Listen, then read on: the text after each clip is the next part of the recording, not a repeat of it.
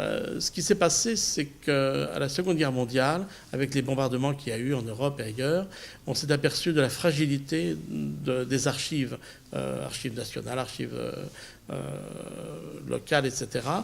Et donc, beaucoup d'archivistes dans le monde entier ont été sensibilisés à ce problème.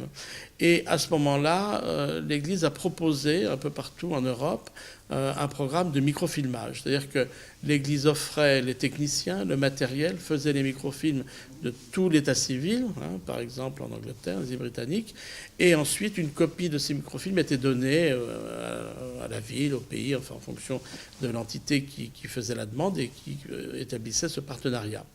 Je crois que c'est en 1957 que les premiers partenariats ont été établis entre le gouvernement français, les archives nationales et l'Église. Bon, ils ont évolué au fil du temps avec différents contrats révisés, etc.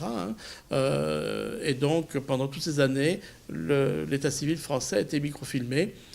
Je pense pouvoir dire qu'aujourd'hui, l'état civil français a été microfilmé à peu près à 85%, peut-être un petit peu plus. Il y a encore des projets.